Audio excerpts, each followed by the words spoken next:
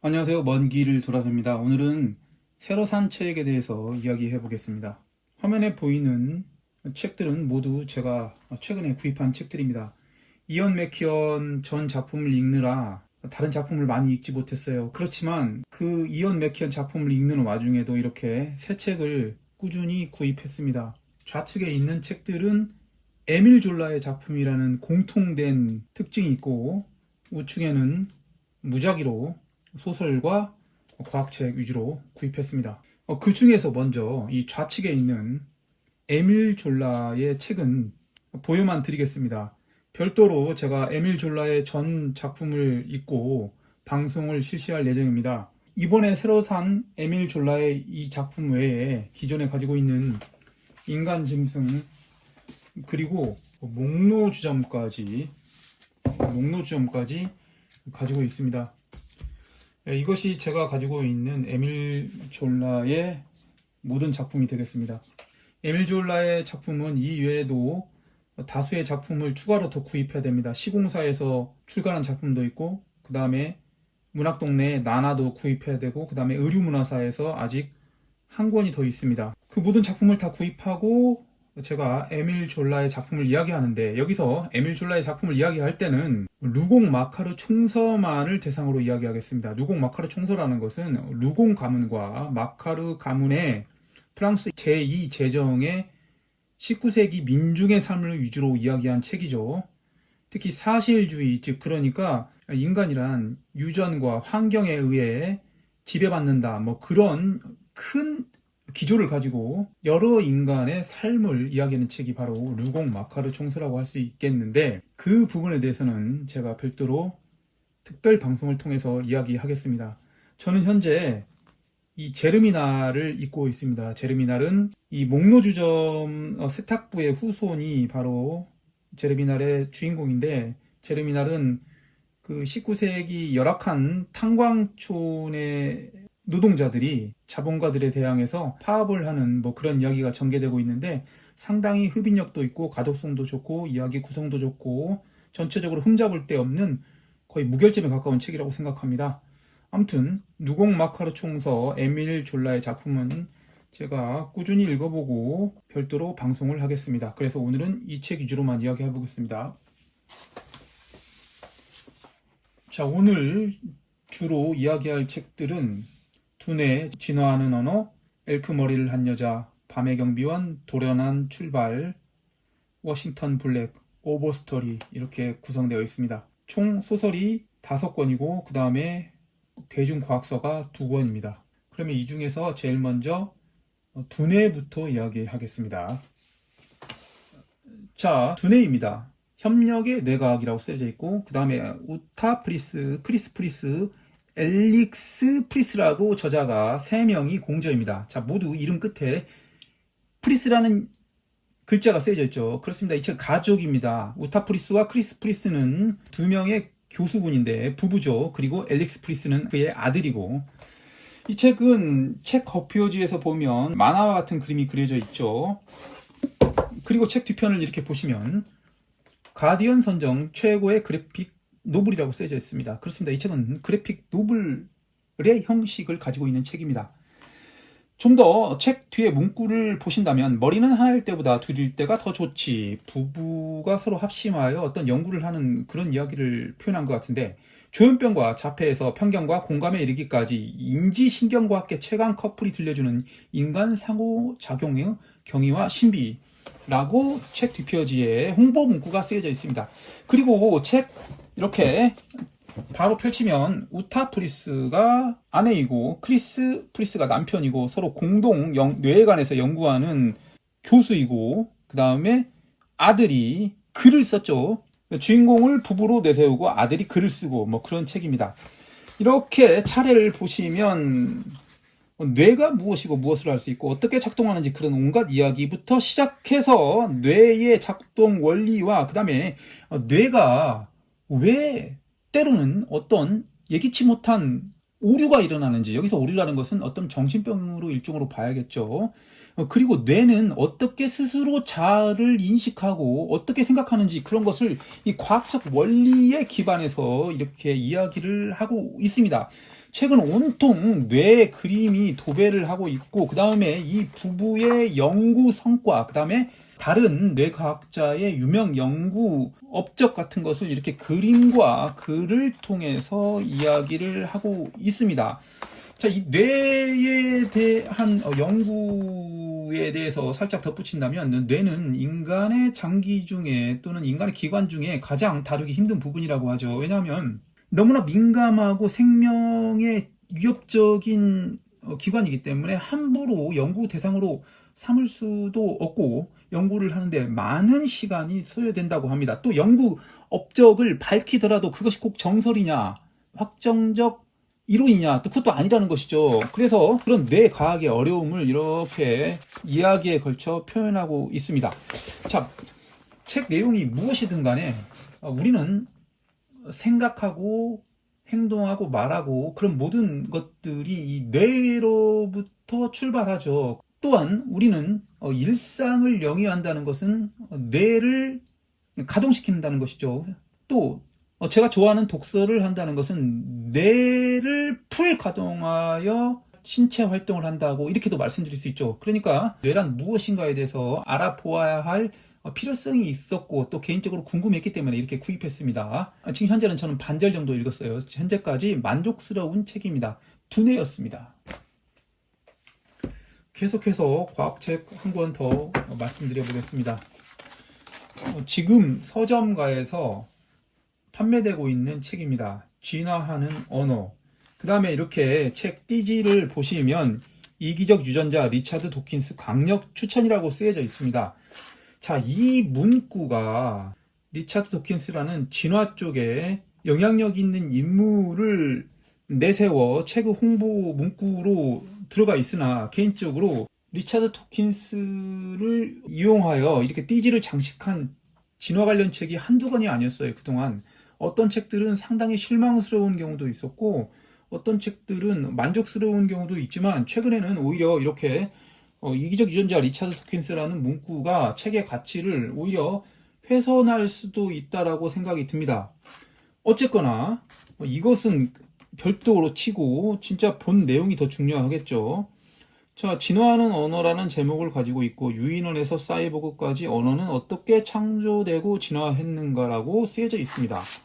그리고 책 뒤편을 보시면 언어의 기원에 대한 논란의 화제작, 138억 년 전 즉흥적으로 시작된 언어의 경이로운 여정.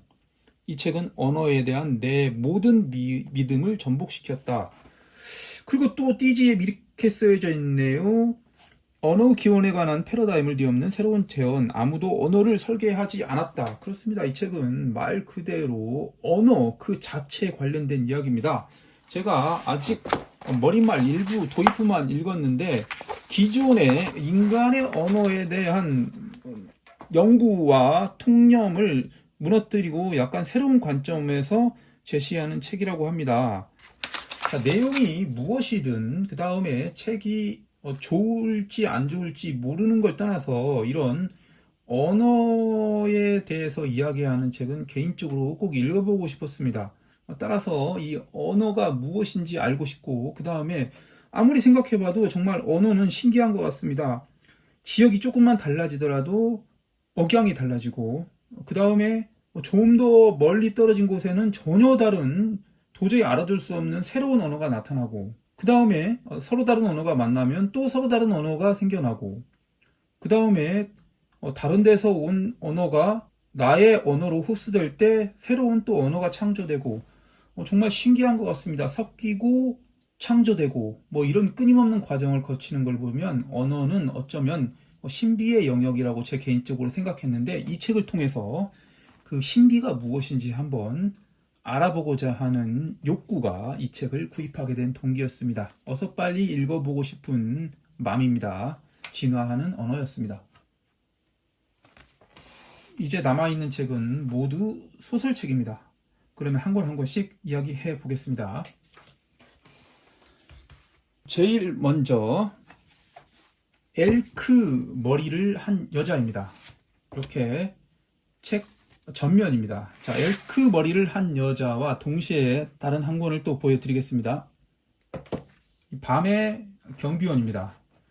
자, 왜 이 두 권을 동시에 보여드리냐 하면은 엘크 머리를 한 여자의 저자가 미국 아메리칸 원주민 출신입니다. 마찬가지로 밤의 경비원 역시 미국 아메리카 원주민 피가 흐르고 있습니다. 그러니까 저자가 미국 아메리칸 원주민과 어떻게 해서든 혈통적으로나 그 다음에 실제 삶으로서 공통적 요소가 있다는 것이죠. 그래서 이 두 권을 제가 보여드린 것이고, 자, 엘크 머리를 한 여자를 그대로 저 상태로 놔두고 또 두 권을 더 보여드리겠습니다. 제가 예전에 읽었고 소개한 책 여명으로 빚은 집이라는 책입니다. 퓰리처상 수상작이고, 그 다음에 최근에 서점가에서 판매되고 있는 퍼마 레드입니다. 자, 이 세 권의 공통점이 또 있습니다. 이 세 권은 아메리칸 원주민 출신의 저자가 쓴 책입니다. 그리고 이 세 권의 책은 모두 같은 출판사에서 나온 책입니다. 바로 해움 이음이라는 출판사에서 출간한 책들이죠. 이 해움 이음은 뒷표지를 보시면 해움 이음 문학선이라고 쓰여져 있고, 해움 이음은 현대 북미 문학, 특히 북미 원주민 작가들의 작품을 펴냅니다 라고 이 출판사에 대한 소개가 있습니다. 그리고 쭉 이어서 여명으로 빚은 집, 엘크 머리를 한 여자, 퍼마레드, 그 다음에 인디언의 영혼, 인디언 이야기. 저는 이 중에서 이렇게 세 권을 가지고 있는 것이죠. 아까 제가 에밀 졸라의 책을 누곡 마카르 총소를 별도 특집 방송을 한다고 했는데, 또 그 후속작으로 이 아메리칸 원주민 출신 또는 아메리칸 원주민 혈통이 섞여 있는 작가의 작품을 별도로 한번 특별 방송을 할 예정입니다. 그래서 이렇게 해음 이음 책을 구입하고 있는 것이죠. 그래서 이번에 산 책은 바로 이 엘크 머리를 한 여자인데, 제목부터 좀 특이하죠. 그 다음에 책 뒤편을 이렇게 펼쳐 보시면 불안과 공포의 심연을 파헤치는 최고의 호러 걸작, 이렇게 쓰여져 있습니다. 자, 호러물적인 성격을 띠고 있는 책 같은데, 어쨌거나 이 해음 이음 문학에는 반드시 아메리칸 원주민 등이 등장하고 그들의 삶이 녹아 있습니다. 우리는 상대적으로 이 미국 하면 이 인권 탄압 사람들을 흑인으로 여겨지는 경우가 많은데, 사실 흑인보다 더한 인권 탄압 인종은 아메리칸 원주민이죠. 그들은 흑인보다 더욱 더 잊혀지고 더욱 비참한 삶을 살고 있다고 알고 있습니다. 특히나 이 전쟁 용병으로 많이 참여하기 때문에 이 아메리칸 원주민 자치보호지구에서는 이라크 파병과 같은 전쟁이 일어나면 울음소리가 많이 들린다고 합니다. 왜냐하면 이 먹고 살기 힘들기 때문에 용병으로 지원을 많이 한다고 하더라고요. 자, 그렇습니다. 엘크 머리를 한 여자였습니다. 별도로 아메리칸 인디언 원주민 문학 방송을 할 때 다 읽고 소개해 드리겠습니다. 다음은 해움 이음 출판사에서 출간한 책은 아니지만 역시 마찬가지로 아메리칸 원주민의 피가 흐르고 있는 작가 루이스 어드리크의 밤의 경비원입니다. 이 책은 2021년 퓰리처상 수상작입니다. 그러니까 21년도에 한 해를 장식한 상당히 유명한 책이라고 말씀드릴 수 있죠. 이렇게 책 뒤편을 펼치면 그들이 우리를 돌보고 있어 저 춤추는 정령들 말이야, 이렇게 쓰여져 있는데, 이것 가지고는 무슨 말인지 모르겠지만 이 부분에 책의 내용을 개략적으로 설명한 글귀가 나옵니다. 1953년 노스다코타주 아메리칸 원주민에 대한 지원을 중단한 내용의 소위 종결 법안의 먹구름이 서서히 몰려오고 있다. 그렇습니다. 이 책은 아메리칸 원주민에 대한 어떤 차별적 법안이 통과되면서 이 저자의 친할아버지가 그 당시 경비원으로 일하면서 법안에 대한 부당성을 위해 싸웠다고 합니다. 실제로 친할아버지께서 그 친할아버지를 이 책의 주인공으로 모델로 세워서 이 책은 집필한 책이라고 합니다. 나름 저자의 가문의 역사가 깃든 이야기라고 말씀드릴 수 있죠. 제가 이 일부 앞부분을 읽어봤는데 느낌이 좋았습니다. 뭐 문체도 좋았고 내용의 출발도 괜찮았습니다. 이 책 역시 읽어보고 아메리칸 원주민 문학 특집 방송에서 같이 포함되어서 이야기해보겠습니다. 밤의 경비원이었습니다. 다음은 지금 서점가에서 메인 진열대에 수북하게 진열되어 있는 책입니다. 바로 그 유명한 프란츠 카프카 단편선입니다.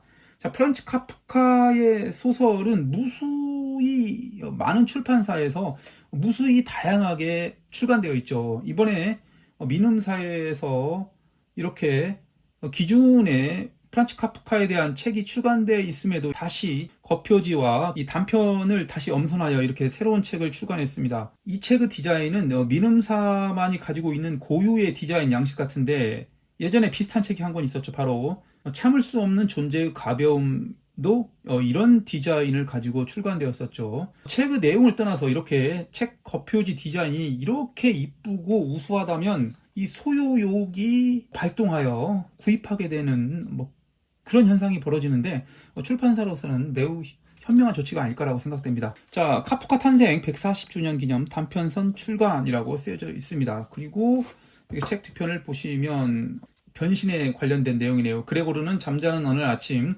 불안한 꿈에서 깨어났을 때 자신이 잠자리 속에서 한 마리 흉측한 해충으로 변해 있음을 발견했다. 너무나도 유명하기 때문에 굳이 책 뒤편에 다양한 이야기들을 쓸 필요 없고 그냥 한 단락만 이렇게 쓰여져 있습니다. 이것도 역시 괜찮은 편집 방향이라고 생각됩니다.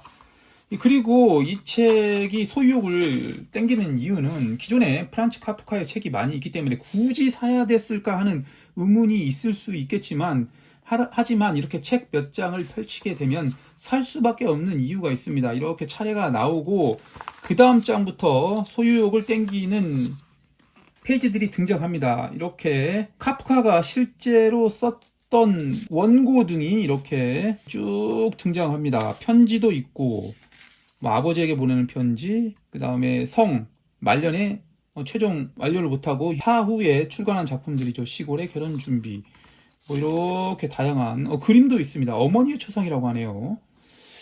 이렇게 좋은 내용 등을 가지고 있습니다. 술꾼, 그림도 상당히 괜찮은데요.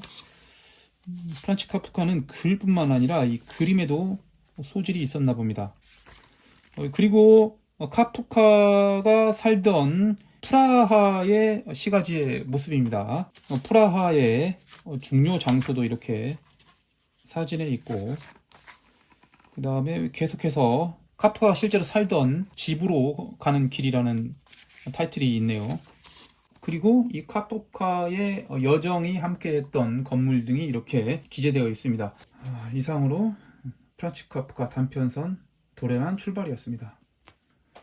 다음은 진작부터 구입하고 싶었는데 망설이다가 결국은 구입하고 만 책입니다. 워싱턴 블랙입니다. 이 책은 캐나다 작가가 쓴 책으로 알고 있습니다. 애쉬 에디잔, 1978년 캐나다 캘거리에서 가나 출신 이민자인 부모 사이에서 태어났다. 그렇습니다. 이 캐나다인 하면 의례 프랑스계나 영국계가 떠오르지만 사실은 아프리카계의 캐나다인이죠. 이 책은 아프리카인 캐나다인이 저자답게 19세기 노예제도가 한참 극성을 부릴 때 어린 노예가 노예 농장을 탈출하면서 그 이후에 일어나는 일을 그려지고 있습니다.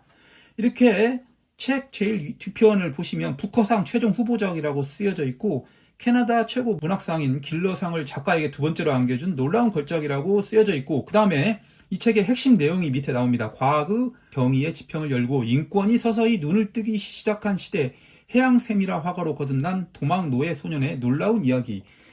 그렇습니다. 제가 아직 이 책을 읽어보지 못했지만 이 책은 그 노예 탈출 이야기임과 동시에 19세기의 어떤 과학의 진보 과정을 보여주는 그런 이야기도 섞여 있다고 합니다. 그러니까 노예의 이야기는 언제나 우리의 흥미를 이끄는데 거기다가 19세기 과학의 경이로운 진보 과정을 이야기를 통해 엿볼 수 있는 그런 책이기도 하니까 제가 예전부터 꼭 읽어보고 싶어 했던 책입니다. 그래서 최근에 구입했고 이렇게 오늘 소개하는 것입니다. 워싱턴 블랙이었습니다. 자, 오늘 마지막 책입니다. 오버스토리라고 쓰여져 있습니다. 리차드 파워스가 작가고, 그 다음에 이 책은 2019년 퓰리처상 수상작이네요. 오늘 제가 소개한 책 중에는 유난히도 퓰리처상 수상작이 많습니다. 자, 오버스토리는 2019년 퓰리처상 수상작이고, 그 다음에 밤의 경비원은 2021년 퓰리처상 수상작이네요. 저는 최근에 2010년 이후에 퓰리처상 수상작 등을 많이 읽었습니다. 뭐 레스라든지 그 다음에 동조자라든지 언뜻 생각나는 게 이 정도인데, 퓰리처상 수상작들은 개인적으로 만족스러웠습니다.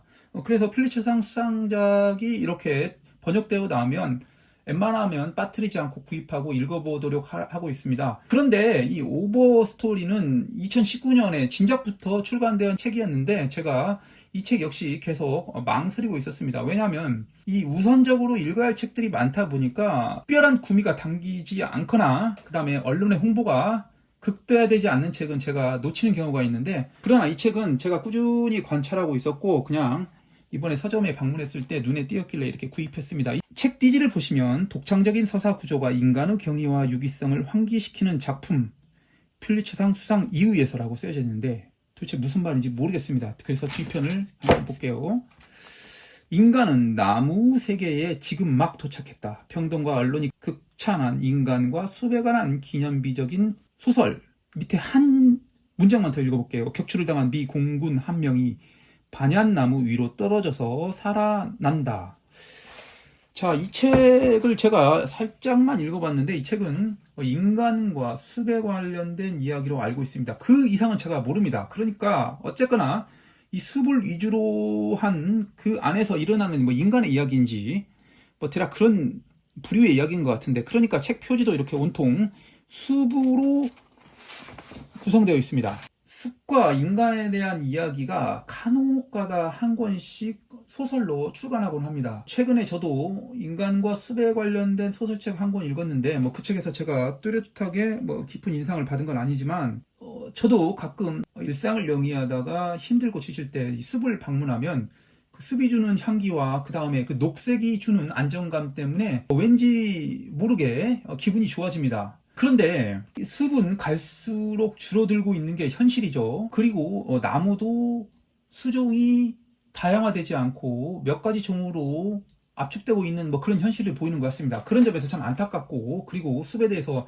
관심이 있었는데 이렇게 책으로 나오니까 읽어보고 싶은 마음이 생겼고, 더군다나 퓰리처상 수상작이라는 것까지 더해지다 보니까 이렇게 구입을 했고, 이 책은 제가 에밀 졸라 책 때문에 바쁘지만 별도로 동시에 한번 읽어보려고 합니다. 이 책은 단일 한 권으로 방송을 한번 해볼까도 생각 중입니다. 오버스토리였습니다. 이런 책을 많이들 구입하고 읽었으면 하는 개인적인 바람이 있습니다. 자, 이상이 오늘 새로운 책 소개하는 시간이었습니다. 역시 많은 책이 있습니다. 그리고 한 권 한 권 그렇게 쉽사리 읽혀지는 책도 아니고 나름 의미 깊고 대중적으로나 그 다음에 평단적으로나 상당히 유명한 책들입니다. 자, 이런 책들이 존재한다는 자체가 제 삶을 윤택하게 하고 읽어야겠다는 욕망이 저를 언제나 활력 있게 살아가게 하는 원동력으로 이 책들이 작용하고 있습니다. 그렇기 때문에 저는 여기 화면에 보이는 책들을 매우 사랑합니다. 감사합니다. 먼 길을 돌아서 했습니다.